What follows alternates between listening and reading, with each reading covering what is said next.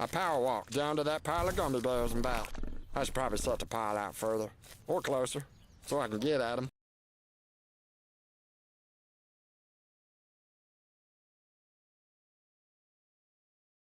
What up, yo? A ghost! A ghost. Hey everybody, what's up? How are you guys doing today?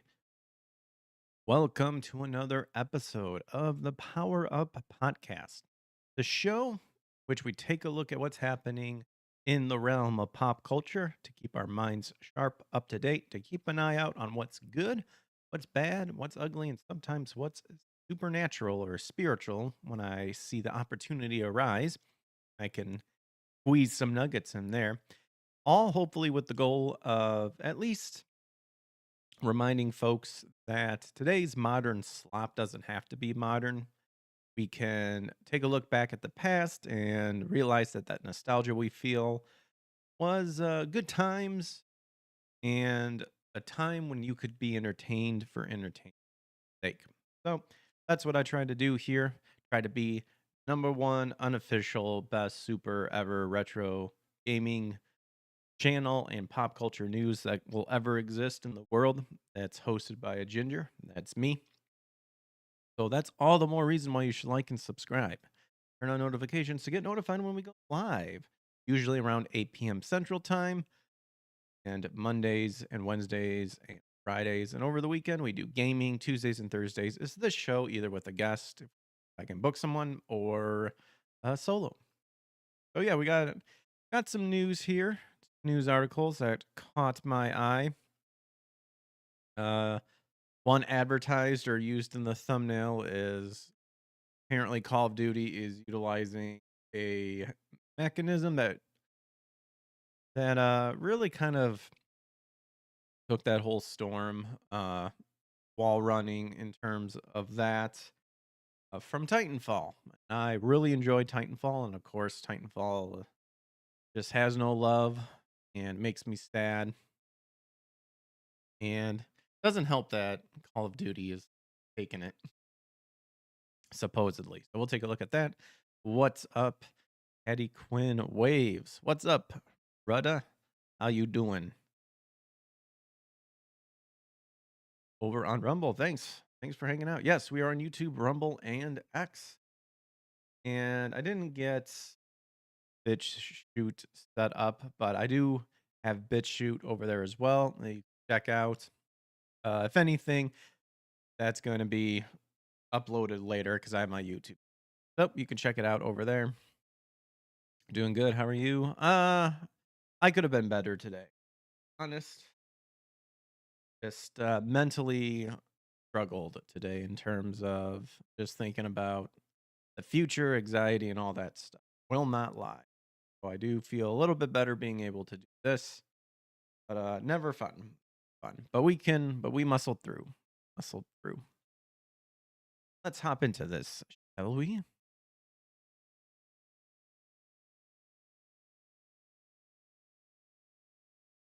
Nope.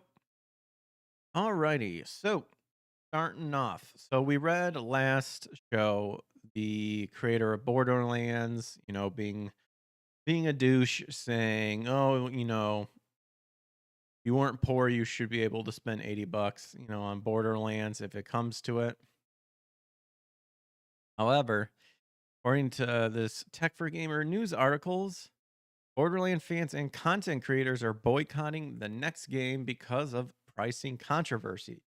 Yes, you would think that these people would realize that they should probably take the actual gamers seriously when a lot of people have been saying, "Hey, like, why are we deciding to do all of a sudden like this now?" and all that. What's with the price hikes? Is it really justified? Because we're getting more information about the fact that really the price hikes aren't really being justified. They tried saying it's because of the tariffs and stuff like that, and really it's not working. Like, as of right now, the only tariffs that would majorly hurt people is from China. Every other tariff is placed on hold. So you know, and the fact that Nintendo really is slapping a higher price tag on technology that's been out there forever and they're just now catching up with the other consoles is probably the biggest thing because they know people are going to buy it regardless, and it's kind of scummy in my opinion. I think I saw like there's like a comparison on of like Final Fantasy 7 Rebirth or something, and like in order to maximize like on the Switch 2 or something, like I don't know, like it was a comparison video and it was pretty much utilizing and showing that the Switch 2 has to slow down the frame rate, which not looking good. What's up, Komanga over on YouTube? Says Borderlands being $80 is laughable. This is true. It is laughable for sure. Nintendo lost you with the Wii. Yeah, I mean, I don't know. I branched off once I got my PlayStation 2. I stuck with PlayStation a lot, dabbled over with Xbox with 360, got Xbox One here, your PS4, and now I'm more PC than ever because you can pretty much play it like a console and get games that are uncensored, modified to run better, not remakes. So I don't know, getting the best of all the worlds. Hattie Quinn says, I was never a fan of this series. So that would be the Borderlands series. Well, apparently a lot of people aren't going to be buying the game. So a lot of hype has covered Borderlands 4. The article states, since it was announced during the Game Awards of 2024, has doubled the budget of Borderlands 3 has doubled the budget of Borderlands 3 went into the project. Therefore, there have been concerns that the game could cost $80. But the CEO said real fans would still buy it at that price. However, surprise, surprise, the remarks of the studio CEO Randy Pitchford have turned into a huge controversy, with many fans of the Borderlands series coming out to reject his take, and then some popular content creators in the fan base have even announced they're ditching Borderlands 4. Criticisms of the CEO suggest that Borderlands 4 will suffer a negative reception in sales and ratings. So apparently, these are images of what fans think. Oh gosh, this douche. Mighty. Oh brother, I do not. That guy is so scummy. I feel like that guy also uses bots too. But there you go, a bunch of stuff there. Many social media posts argue that the CEO's remarks are a PR disaster that has sullied the anticipation of the next games. Therefore, these fans and YouTubers are refusing to buy Borderlands 4 regardless of its final price. The CEO has tried to remedy the situation with more clarification, but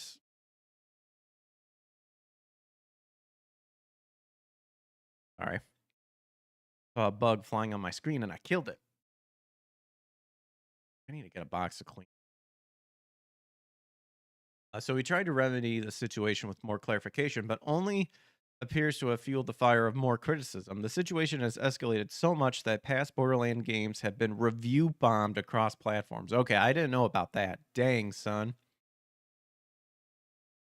My friend gave me money for Borderlands 3 when it first came out so we could get a squad together, says Patty Quinn. Oh. Yeah, I noticed that unless you're super dedicated to everything, like I've always run into situations like that where a squad of my friends would get together. We would try to play the game, and then just one person couldn't make it once in a while, and then it's just like, it just falls apart. I never liked having to rely on waiting for other people or whatever to play games. That doesn't mean like more so like partying and stuff like that. Like if we're talking like just hopping online and Call of Dutying it or something like that, that's different. because you know that's just simple. Bing, bang, boom. You're in there. Win or you lose. Rinse and repeat. But Borderlands. This is also not the first time Randy Pitchford had made controversial remarks, previously firing back at concerns raised by fans about Borderlands 4 on Twitter. Regardless, Borderlands 4 set for September 12th of 2025 on the pretty much all new gen platforms, it looks like, but not PS4. It's also released on Switch 2, unspecified date. Well, I don't have the article pull up, but speaking of the Switch 2, I did see it. I caught the glimpse of an article stating that the new Super Mario Kart would have originally been on the Switch 1, but then they decided not to, or something like that. So, very sus. Yep, it's because they changed the EULA and fans went and review bombed it. Oh, huh. Not know that, says Patty Quinn. In terms of the reason why, this article didn't really state everything about the. But there you go. You would think that these higher ups would keep their mouths shut and just literally all he had to say was it's being determined currently. That's all you had to do. Like these people want you just to consume and not think. Spend your hard-earned money and buy this game. And you know, the answer now to that retarded, ideology is that well your game is probably going to suck because based on what we're seeing with modern games going nowadays, they're not worth they weren't worth, $60 or $70. It's definitely not worth 80. And again, that's why everyone's kind of split about with Nintendo because Nintendo can get away with that because they've actually produced legitimate good games for their consoles. So they're trying to use that to justify hiking the price. And then all these companies swoop in going, well, if they're going to do it, we're going to do it too. And it's like, no, no, no, your games suck. Like, they're just going to slap on the highest price. It's so dumb. It's frustrating. So hopping on over to that Park Place, this caught my eye. Feig and Iger, so that would be Bob Iger, reportedly clash over X-Men movie direction. Disney scrambles for a blockbuster while Feig wants more social commentary. Dude, you're going to fail every time. Dude, what? Now, I don't even see how this can clash because couldn't Bob Iger just fire Feig? Like, what's going to be the point? What's going to be the breaking point to where he goes, yeah, you've cost us a lot of money. Like, you're fired. Get out. Ugh. The new rumors suggest a behind the scenes battle is brawling over Marvel's long awaited X-Men reboot. And I have seen, that one weirdo chick wanting, like, maybe being cast as Storm, which is just going to completely kill X-Men right away. Because I forget what her name is, but everything she ever does, she has to make a political statement about it. So if she's cast as Storm's going to happen. So with Kevin Feige and Bob Iger reportedly at odds over the tones and focus of the upcoming film. So according to insiders cited by X user main middleman, and reported by Cosmic Book News, the creative clash may determine whether Marvel's mutants return as ideological avatars or as a crowd-pleasing box office titan.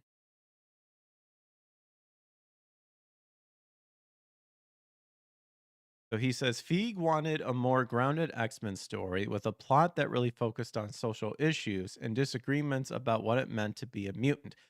Stop doing that, you piece of garbage. Dude, I'm sorry, and this is also the lie too, because this is where the SJ dubs come into play, and they're like, "Oh, it was always about social issues." And I've watched other people talk about and literally like pulling up Stan Lee thoughts and stuff, being like, "Not really, no." Like, there's some elements, yes, you can't just say it's 100% wasn't based on that, or maybe you can. But the point is I've never seen this issue talked about until recently. That's when all the troons and the weirdos and the stuff, because they feel outcasted. They have to latch on to something else that that convinces them that this was made for them. You see that with anime all the time. Even though anime literally came about from, the bombings, in World War II. That's how anime got started. And then, yeah, it's part of a subcategory in anime and manga, is all the gay crap and all that stuff. But they want to take that and say that was always the spirit and heart and soul of anime. And it's like, no. Same thing with X-Men. Cynthia Erivo, yeah, that bitch. Like, if she's casted at Storm, like DOA. DOA, and be prepared to hear whatever stupid social commentary. He wanted a powerful, dramatic movie that really showed what the X-Men were all about, with the brother of mutants as the bad guys. But that's not what Iger and Disney want. Aware of the poor performance of more restrained films, especially the disappointing box office results like CA4 and Thunderbolts recently, the script has been requested to focus on a great event film to get a wide audience attention. Even though like Disney like needs to crumble and burn, I agree with Iger. Like clearly this stupid social issues, we need to talk about it and stuff, does not sell. They keep trying to pull this crap, and it needs to happen to where, I mean, I don't know. You would think bomb after bomb after bomb would kind of be an eye opener, but no, they just go with the same thing. This is where major head weeds like Feig apparently here needs to get removed. You had your chance all this time and you're not doing it. You're not doing a hot job. So you're gone. So at the center of the Feig Iger X-Men debate is the vision for what this new era of mutants should represent. How about it represents what it represented back in the comics day? Or back in the comics. You're literally creating a fictional world. It doesn't need to be set in this particular world, so you can do things that, isn't up to date and modern. Like, dude, like Hollywood acts like they can't like do anything. Like it has to be present day stuff. It's like to them it's a pain to have to go out of the way to, heaven forbid, set it back into a time, that they, that it actually took place or whatever, or like the story could work better. Oh, I meant to also say shout out to William McKelvery over on YouTube for following. Thanks. Appreciate it. Enjoy the channel. So Figo has overseen the Marvel Cinematic Universe since its inception, allegedly pushed for a grounded, socially charged story about mutant identity, prejudice, and the philosophical rift between the X-Men and the Brotherhood of Mutants. That concept would follow in the footsteps of many recent Marvel offerings that leaned heavily into the contemporary political metaphors and social themes. But Iger, facing mounting pressure from shareholders due to diminished MCU box office returns, probably the lawsuit, Corona lawsuit, appears to be pushing in a different direction. After a string of box office disappointments, I feel like we've already read this, but Marvel's Quantumania, Thunderbolts, Brave New World, Disney's top brass is reportedly demanding a return to high stakes, high octane event films designed to reignite mass audience interest. This echoes recent history. Under Iger's renewed leadership, Disney has slashed underperforming Disney Plus content, cut Marvel's release slate, and shifted focus back to theatrical blockbusters after admitting that the audience have grown wary of content for content's sake. Iger has already proven he's willing to course correct, gutting Capic's distribution model, canceling greenlit projects, and firing X like Victoria Alonso after public missteps. The rumor conflicts also mirrors the success of Spider-Man No Way Home and Deadpool and Wolverine, both of which delivered major returning by prioritizing fan service and franchise nostalgia over social commentary. Not surprised or it's no surprise. I was going to say it's not surprising that Iger reportedly wants the X-Men. It's no surprise that he reportedly wants the X-Men to follow the winning formula rather than risk another niche-focused flop. Casting speculation is equally chaotic. Reports have floated names like Cynthia Erivo of Storm, no, Daniel Day-Lewis as Magneto, Bryan Cranston as Professor X, and even Patrick Schwarzenegger as Cyclops. Unclear how serious any of these contenders are, but Feig is said to be considering black actors for both Professor X and Magneto as well. Also equally retarded. And, you know,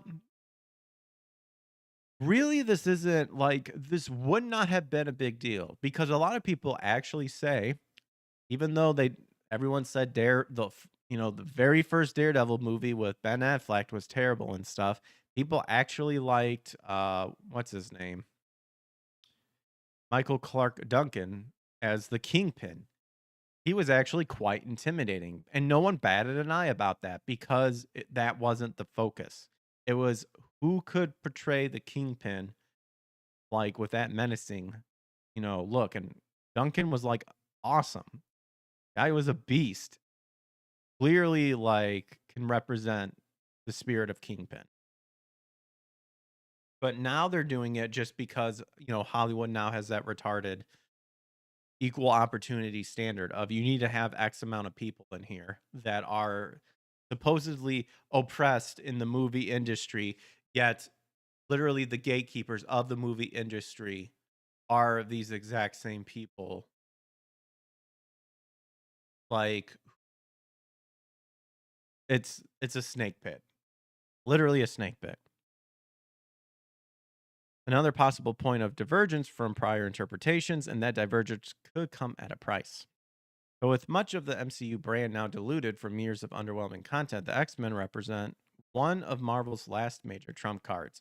The legacy property with deep recognition, generalizational fan attachment, and storytelling potential that, if done right, could reignite enthusiasm across mainstream audience. But the studio is running out of goodwill. If the X-Men reboot leans too far into controversial casting decisions, race-swapping legacy characters, or politically divisive narratives, could go the way of the Eternals or the Marvels, expensive, alienating, and ultimately forgettable. And then Cynthia Erivo's rumored involvement is already drawing scrutiny from longtime fans, many of whom view her past activism, public statements over the movie Wicked as unnecessarily confrontational.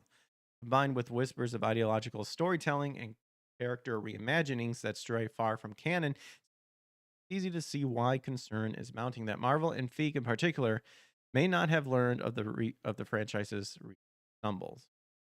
So whether the final product leans Feig or bends Iger, the X-Men are shaping up to be a defining battleground for Marvel's future. With Iger set to exit Disney in 2026, the X-Men reboot not expected until 2027 or later, the long runway leaves time for either vision to win out. But in today's climate, the stakes are clear. Marvel needs a win. And it looks like Bye Bye Iger knows it. Yep, I agree. And yeah, you look at this creature and you say, yeah, I want that to be Storm. Just to hear, obscenities come out of her mouth of retardedness.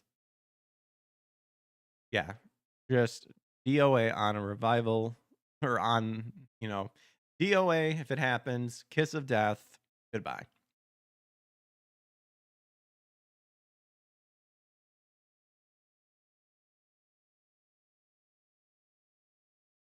Oh, I don't get it. Like, I don't struggle with this, like, the nose itching, the the drainage and stuff like that throughout the day. It's always like starting a show just picks up.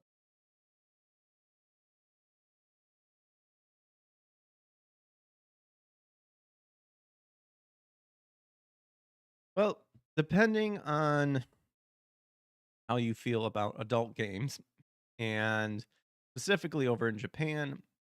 We have an article here on Niche Gamer. Payment processors force Japanese retailer remove adult games indefinitely. So payment processors are continuing to throw their weight around with Shiragaya pulling down their online shop for adult games and Dojin.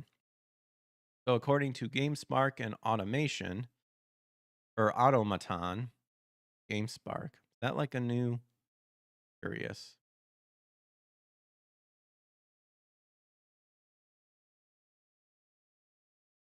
Oh, that just opened up Automaton. Automaton West. Oh, it must be like a Japanese specific. That might be interesting. That that over there.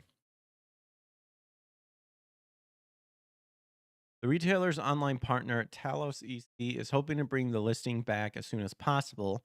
However, they also said the listings will remain down indefinitely, adding that, quote, a situation has arisen that requires discussion with providers regarding payment methods for adult products.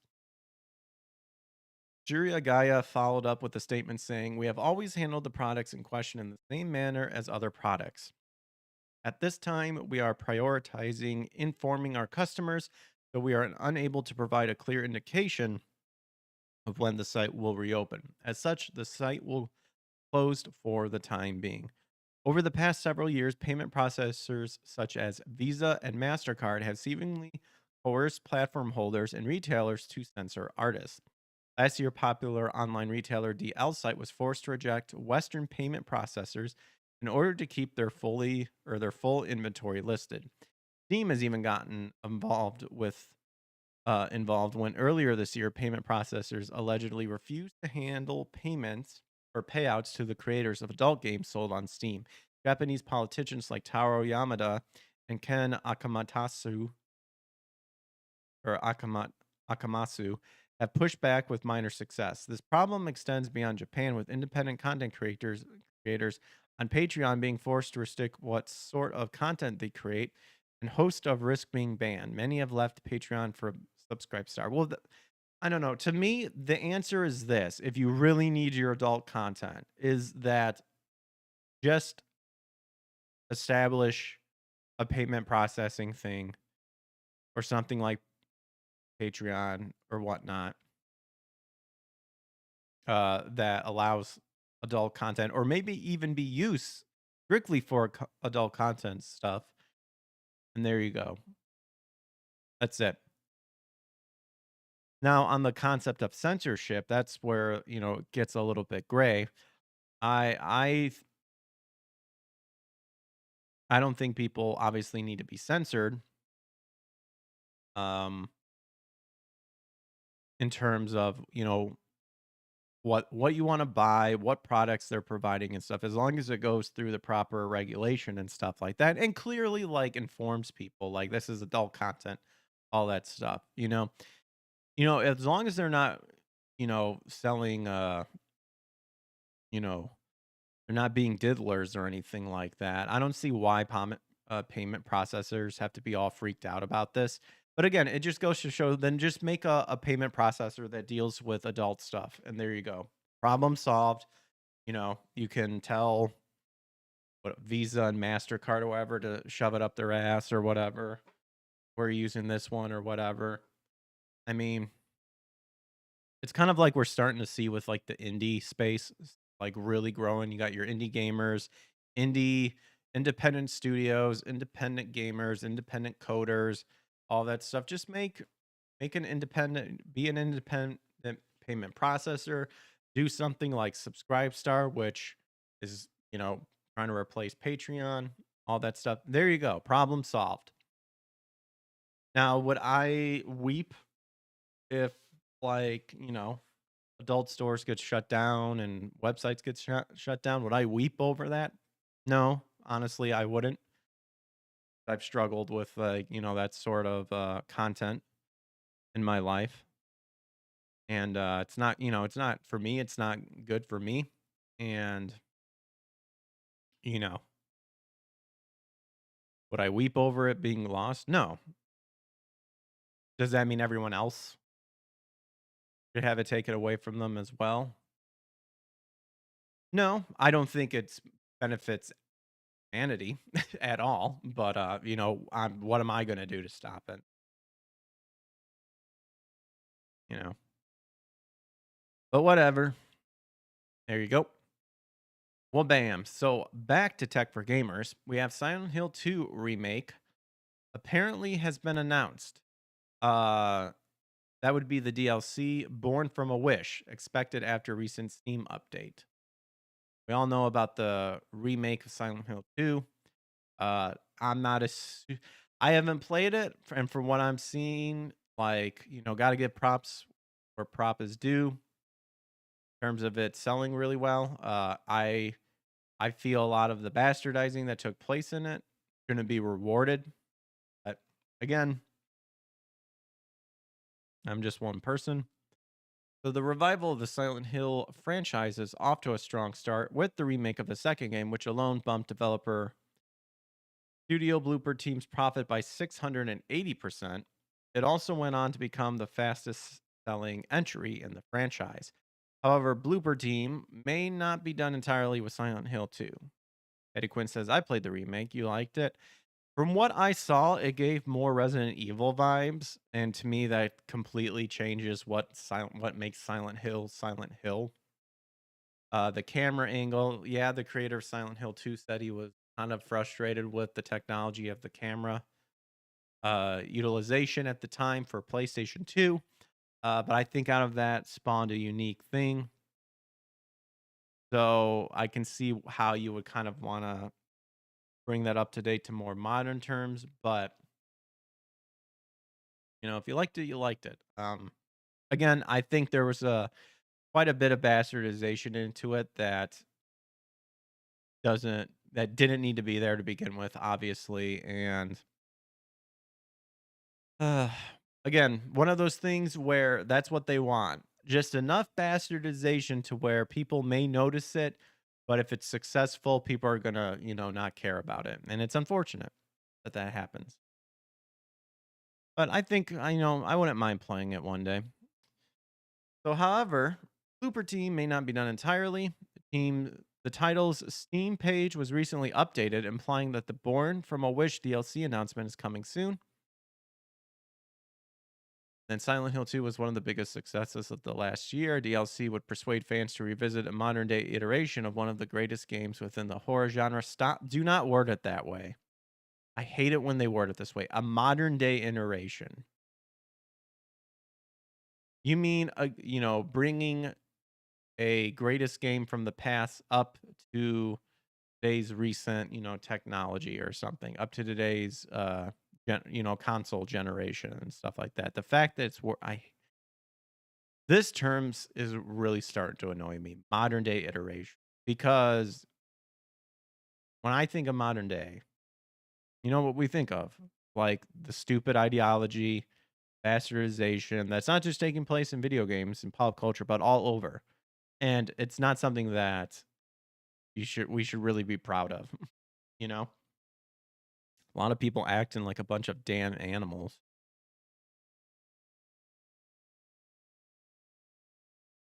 The Born from a Wish was a prequel to Silent Hill 2's story. The expansion was featured in the re-release of the original title, and despite being a short story, wasn't featured in the main game. As such, fans expected it to be released in a DLC form sooner or later. I believe it's actually included in Silent Hill 2 The Greatest Hits version, which I looked up on, like, that. I have a copy of that game, and that game is selling for like $300.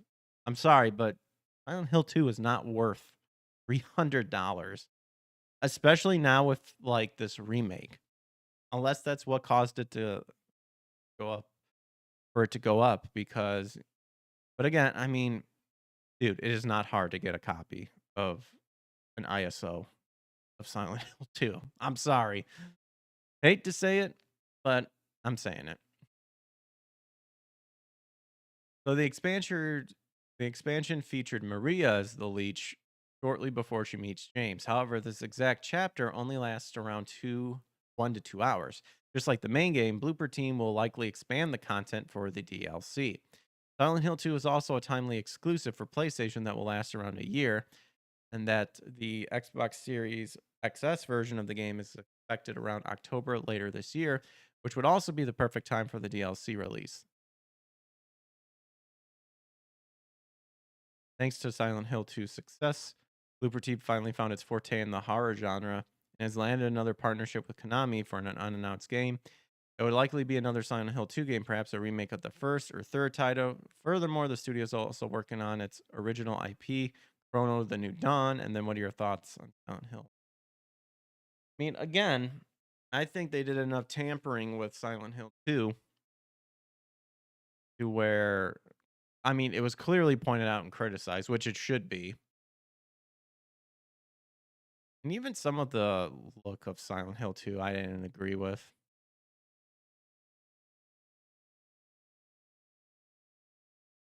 Like, even this right here. Like, ugh. As someone pointed out in the past, the concept art, they looked a lot more feminine and what they should be. But nope. Had to chunk them up a little bit. Had to man them up a little bit.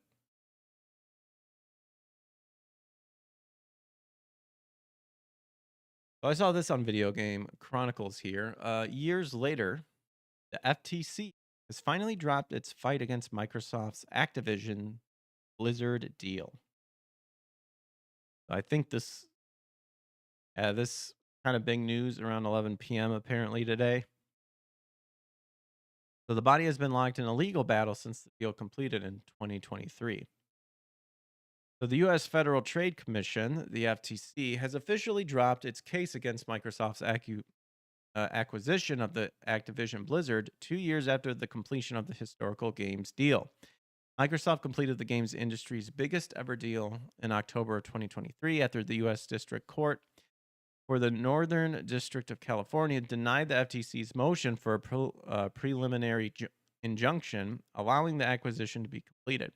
However, unwilling to let the matter lie, the FTC proceeded with an appeal in December of 2023, attempting to overturn the court's decision. Earlier this month, that appeal was rejected. On Thursday, the commission officially dropped the case entirely. The commission has determined that the public interest is best served by dismissing the administrative litigation in this case, it said. Accordingly, it is hereby ordered that the complaint in this matter be, and it hereby is dismissed. So, commenting on the news, Microsoft President Brad Smith wrote, "Today's decision is a victory for players across the country and for common sense Washington, D.C. We are grateful for the FTC for today's announcement." According to the appeals court, the FTC failed to show that Microsoft would have prevented rival companies from gaining access to Call of Duty after acquiring Activision Blizzard. Also dismissed the argument that Microsoft would make Activision games exclusive to Xbox. Part of me, I mean, something like this, I just see this as like monopoly at this point. Like, and we're seeing this all the time, like these small companies getting bought out by the bigger company just to be like terminated, a couple months or years later. It's so scummy.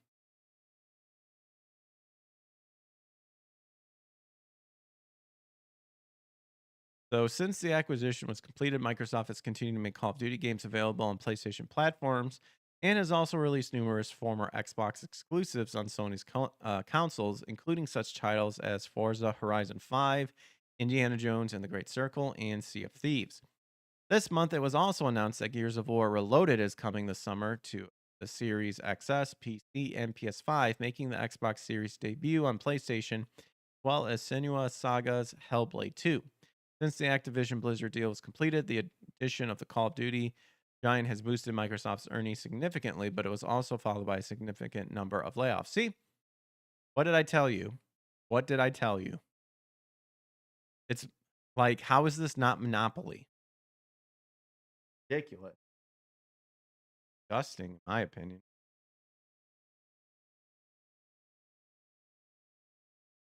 Don't get it at all.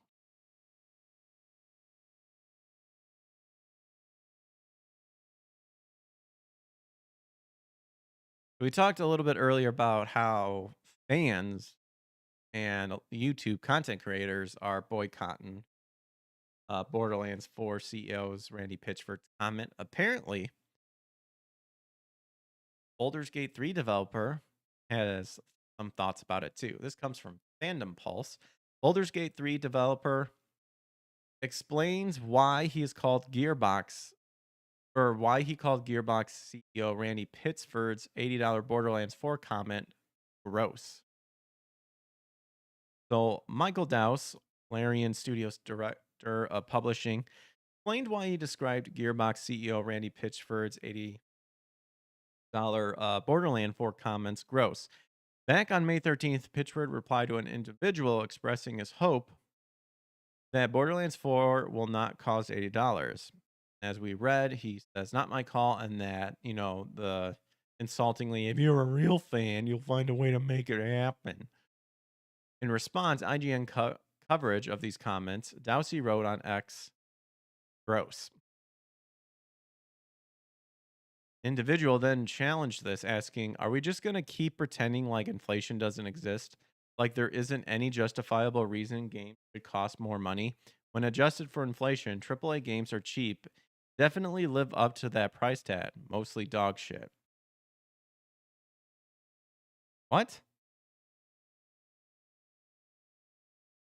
I don't get what this guy's point is. Again, this is the other thing too. They also bring up inflammation. And that, when adjusted, it's, the games are cheap and definitely live up to that price tag. No, they don't. Mostly. Like, I don't get this last comment. Like, what does he mean about mostly dog shit? Dowse then explained his comment. Inflation exists. We give inflation bumps, for examples, to employees, and price increases can make sense. But saying real fans will find a way is gross because it assumes your game is more important during a cost of living crisis than, for example, making it day to day. He added, real fans are people who love and understand what you do, keep track and engage with your shit regardless of how much they spend. The individual also retorted, it is quite gross of a statement, though I'm not going to pretend like a video game is in competition with my day to day expenses. Video games are definitely a luxury, always have been. If someone is buying a game and can't pay rent, their priorities are not right. To that, Dowse responded, luxuries are in competition with day to day expenses. When questioned by another individual if Baldur's Gate 3 would cost $80 if it launched a few months from now, Dowse replied, whatever price it was, we would probably not suggest people do whatever they can to buy it, lest they not be real fans. And then what do you make of his explanation? Well, yeah. Yeah, he's pointing out the fact of, like, yeah, don't be a dick and say you're not a real fan. Like, his first explanation was just fine. And then these fools have to come in and be like, oh, it's a luxury. Blah, blah, blah.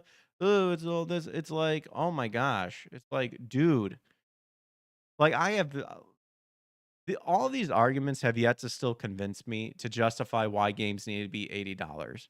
Because ultimately, at the end of the day, is that, my point of this is minus the tariffs, minus inflation, these games are garbage. These games are modern day garbage and therefore do not justify being $80. If the content is good, then the content is good, And then maybe I'll spend $80. Maybe. But it's the fact that all of these companies, because of douchebag Nintendo, they're just going to slap the highest price on it and just pray and hope that people will buy it. And if the game sucks, like I'm wondering if I don't know. I was thinking about returns. Like, after the warranty or whatever, like, can you demand I want my $80 back? Why? Because the game is a pile of shit. I'm not satisfied. I don't know. Steam probably want to do it because you only have X amount of time to play it until you own it. But you don't even own it. You know what I mean?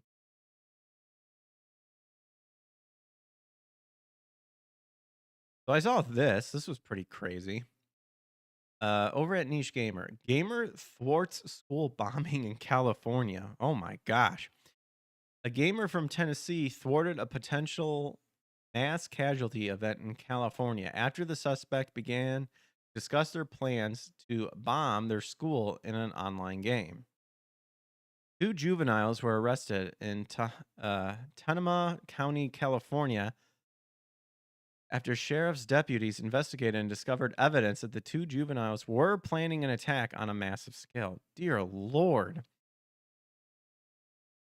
According to Sheriff Kane, both individuals are being held on multiple charges, including criminal threats, possession of a destructive device. Oh, wow. So they were actually building stuff, manufacturing a destructive device, and conspiracy to commit a felony.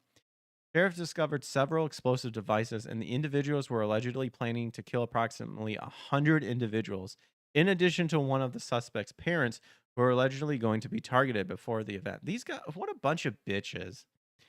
What a bunch of bitches. Like, these people cannot handle anything. So it's like, I'm taking everyone out anyway.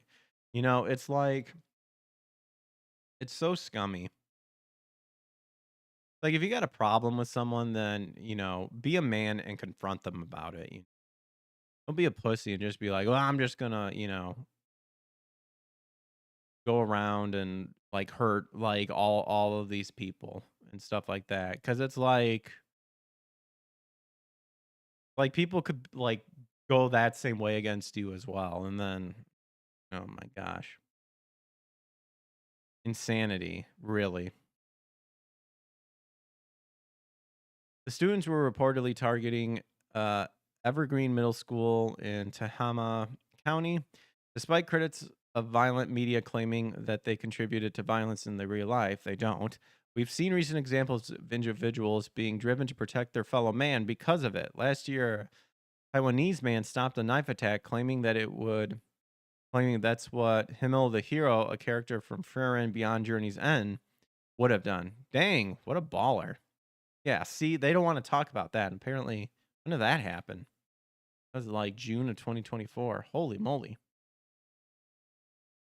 Taiwanese otaku is credited for helping stop a knife attack on the metro Taichung City, or referred to as the long hair guy. The individual is one of the 17 Good Samaritans credited for helping preserve life during the attack. The attack fell on the 10th anniversary of a similar attack on the Taipei metro in 2014. When receiving the award, he reportedly said that if he were the hero Hamil, he would do the same. That's the hero character from Frieren Beyond Journey's End. The series follows the titular elf Frieren, who's on the journey to the far north to see where spirits go and possibly reunite with Hamil after he dies of old age. There you go. See? There you go. There's this massive insanity happening, massive insanity. We're getting close to that end times. We are for sure. We're going to be seeing more of this too. And sadly, some stuff is going to happen. That's the thing. It's going to get worse and worse. Get worse and worse until the world almost destroys itself, and then the good Lord finally comes down, steps in. Oh, brother. Okay. So back to Video Game Chronicles here. Apparently, Roman Reigns and Jason Momoa tapped for Street Fighter movie adaptation, and it will be co-produced by Capcom. Oh my goodness gracious. Several actors are in talks to star in an upcoming Street Fighter adaptation from Legendary Pictures, it claims.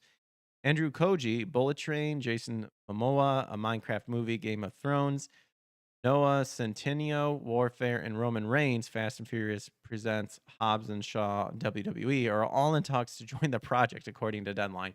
The upcoming film adaptation is reportedly a co-production between Capcom and Legendary Pictures. Eddie Quinn says, I acknowledge my tribal chief. Street Fighters has received several adaptations, both live action and animated. The most notable live action adaptation came with 1994's Street Fighter. It starred Jean-Claude Van Damme, Raul Julia, and Kylie Minogue. I don't know if I'm saying that right, but there you go. But we all know about it. We've all watched it. I remember watching it. You should watch it again. Despite critically panning at the time, the film was a commercial success, earning a reported $100 million from a budget of just $35 million. Smaller budget projects followed, with rumors swirling of a big budget television adaptation for some time. Yeah, that Rise of Chun Li or something like that. That direct to video or direct to DVD. Yeah, direct to video. Anytime something's a direct to video, they're like, yeah, we couldn't. This wasn't going to do well in the theaters. While Capcom has adapted some of its most popular gaming properties, the results have been mixed. Director Paul W.S. Anderson has been involved with 7 Capcom adaptation, which has received mixed reviews from critics and fans. Okay, if he's been involved with 7 adaptations and hasn't done well, then why are you still hiring him? Manga says, how about an animated movie? They did do an animated movie. Some of it's pretty good. Or a CGI movie would be clear. Yeah, I feel at that time though, they would just do what the games are. It would probably just be in that style. Like everyone loves Super, like Dragon Ball Z Super Broly's. But like that fight with Gogeta and Broly, like I believe it was the same engine they used fighters. So since we've already seen it in video games, would it be that cool to see it on the big screen? Maybe for some, but it wouldn't be like surprising but who knows? Maybe. The project goes ahead. It'll be another live adaptation of a beloved video game franchise for Jason Momoa, who earlier this year appeared in a Minecraft movie, which has gone on to be a box office smash. After 4 weekends of I don't care about the Minecraft movie. While the film had a stronger opening weekend than Super Mario Brothers, it appeared to have dropped off quicker. Yeah, you knew it was going to drop off quick, meaning it has some ways to go to beat its total worldwide gross. I'm assuming they're referring to the Super Mario Brothers. But there you go. So I want to get Stellar Blade, and it looks like it'll be good because a sequel was announced. More ports in development for each gamer. Article comes from. Developer Shift Up have officially announced a sequel for Stellar Blade alongside confirming more ports of the original game. News of Stellar Blade sequel is confirmed in developer Shift Up's latest financial investors report, which confirms the sequel is in development and will be launched by 2027. Remains unclear if Shift Up will self-publish the new sequel or if they will seek another publisher like Sony. So Eddie Quinn says Stellar Blade is so good. I do like me my hack and slash, so sounds like I have to get it. Furthermore, the same investors report also confirms more ports of the original Stellar Blade are in development, confirming the game is probably coming to Xbox consoles and even possibly the Nintendo Switch too. Been available for PlayStation 5 since April. Then you can check out Gamers' review of the game. I'd snag it for PC. But yeah, there you go. If you like Stellar Blades, we've got a sequel coming. Okay, so here we are with Fandom Wire. Frickin' June 10th, it's coming to PC. Ooh, good to know. So, iconic Titanfall 2 feature seemingly headed for Call of Duty 2025 is proof Activision is the ultimate copycat game studio. Reports suggest that Call of Duty 2025 is copying one iconic feature from Titanfall 2. And then can Activision at least try to be original? I wish, and this is the picture I used in my thumbnail, so it came from Fandom Wire. Let's be honest here. We're all tired of Activision's annual formula with Call of Duty. All the new entries are basically reskinned versions of the previous games and don't bring anything new to the table. However, Activision has taken things too far, and its next Call of Duty is blatantly copying other titles. That's right, brand new leaks and reports suggest that Call of Duty 2025 will introduce a feature that was a key mechanic in Titanfall 2. I loved Titanfall 2. Great to see that Activision is finally bringing new experiences, but where's the originality? And what might that feature from Titanfall 2 would it be? Well, it's a shame that we haven't seen a new Titanfall game in ages, considering how epic Titanfall 2 was. Yep, and they stopped it because they wanted to go with Apex Legend, the dicks. The FPS title offers an unmatched level of intensity in its gameplay, with choices between tight gunplay combined with quick movements and heavy combat when entering Titans. Developer Respawn Entertainment brought tons of new features and ideas to Titanfall 2, but the best one was the wall running. The signature movement mechanic that allows gamers to sprint vertically across surfaces. Seriously, wall running elevates the fast paced action of the game and sets it apart from other shooters. Now recently leaked by Vipter, surrounding Black Ops 6 reveals that wall running is working in the game's multiplayer mode and possibly in the Battle Royale as well. Players are hyped as it could bring massive changes in movement mechanics for Warzone. Wall running works without the use of jetpacks. Okay, what so they just think they're the prince from Prince of Persia, even though gravity wise, there's no way he could be leaning running for that long. At least Titanfall, it had made sense because you had the jetpacks or like the jet rockets to boost you up and all that stuff. The features might also be present in Call of Duty 2025 alongside the omnidirectional movement mechanic. As I yawn through that, ugh. The next Call of Duty is expected to be Black Ops 7, a direct sequel to Black Ops 2, which was set in 2025. Dude, I forget what I got. I think what was it, Call of Duty Modern Warfare? I forget which one, or Advanced. I don't remember. I used to play Call of Duty for like the stories because I actually really liked the stories. You know, World at War was amazing. Black Ops 2 was amazing. And then it was just kind of turned off. Then you play that one with Kevin Spacey, and then once again it wasn't worth it. Stuff like that. Well, how will this raw wall running mechanic work on Call of Duty of 2025? That's something we still don't know. However, what's clear is that it's high time for Activision to start bringing new gameplay features and copying its rival. You mean and stop copying its rival since your whole thing was about they're unoriginal? Industry Insider says Call of Duty 2025 campaign is terrible. Oh gosh. So far, we've seen plenty of leaks and rumors surrounding Call of Duty 2025. As we've already stated before, it's supposed to be a direct sequel of Black Ops 2 and set in 2030s. Gamers are hyped to see what Activision brings with this entry. However, it might be a good idea to manage your expectations. The Ghost of Hope, apparently a reputable industry leaker, has taken to X Twitter and stated that they've heard from sources that Call of Duty's 2025 campaign is terrible.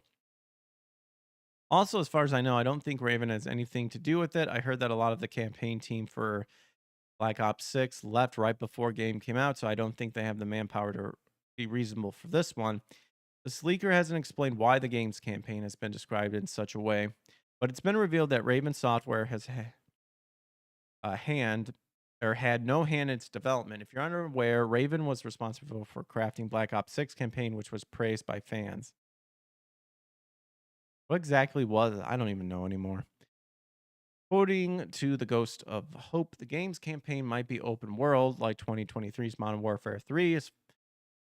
As well as we all know, the campaign Modern Warfare 3 was the worst one in the franchise.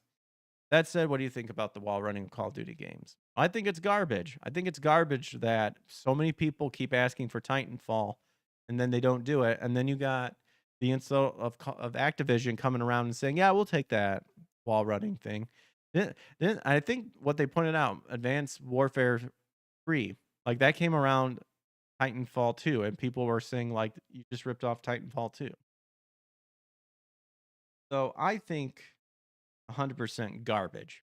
I want Titanfall 3, damn it. Wants it. I needs it. But that is all that I have for you guys today. Let's see what games were released today as we go to old game facts.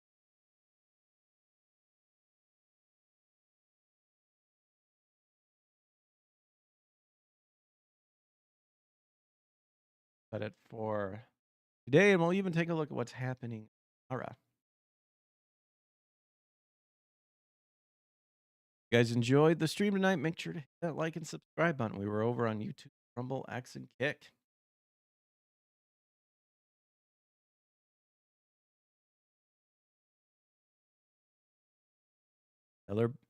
Stellar Babe 2. Oh, yeah. May 22nd. Ooh, big game. We got Pac-Man here. One of the very, very early classics. 45 years ago, 1980. Man, I wasn't even born then. Ooh, Final Fight 2. There you go. Got your Unreal for PC. Perfect Dark 2000. You know, I actually never played Perfect Dark. And I'm surprised I didn't because it's by the people who made GoldenEye. I've seen people combined, take the animation from Perfect Dark and apply it to like a rehack or a remake of GoldenEye, and it's awesome. Maybe that'll be a game someday I'll stream online. Got your Red Faction for PlayStation 2. Beggar Prince. What the heck is that? Disney's Pirates of the Caribbean at World's End. I heard that game was terrible. Ooh, I heard Odin Sphere is actually really good.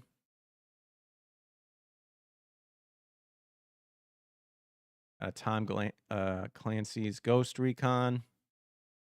Incredible Adventure of Van Helsing for PC. Mystic Bell? Why is that highlighted? Like, what's so special about it? I don't know. Oh my goodness. The Mega Man Legacy Collection plus Mega Man Legacy Collection 2 for the Switch 7 years ago, 2018. Dang. Man Eater. Haven't heard of that one. Duck Detective, The Ghost of Glamping? The heck is that? Is there pictures? I want to get that PD detective game that's like kind of drawn in your Cuphead old school cartoons. That game looks pretty cool. I don't know. What's Maneater? Is that actually based on the book? It is an open world RPG where you're a shark. Oh. They made a Jaws game. There it is.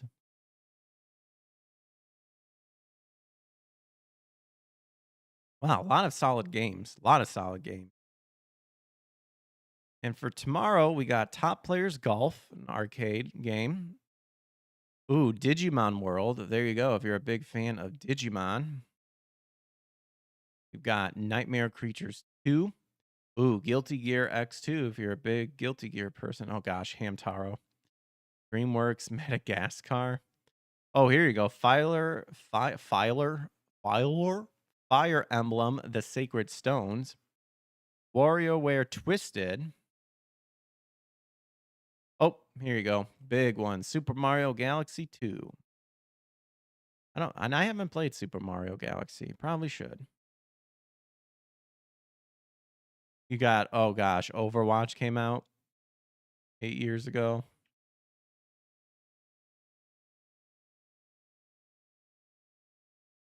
See, and then they include this duck one here too. So, I mean, why? I don't get it. Alrighty, folks. But there you go. That is all we have for today. Make sure to hit that like and subscribe button. Turn on notifications to get notified when I go live.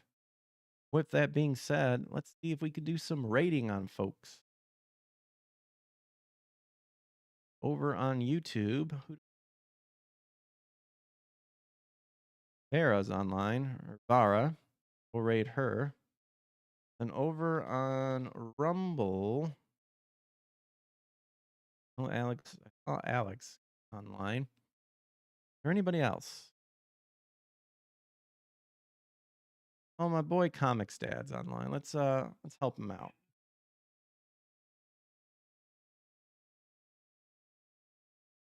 All right. I will catch you guys on the flip side. You guys have a good night. Enjoy the raids. Take care and peace.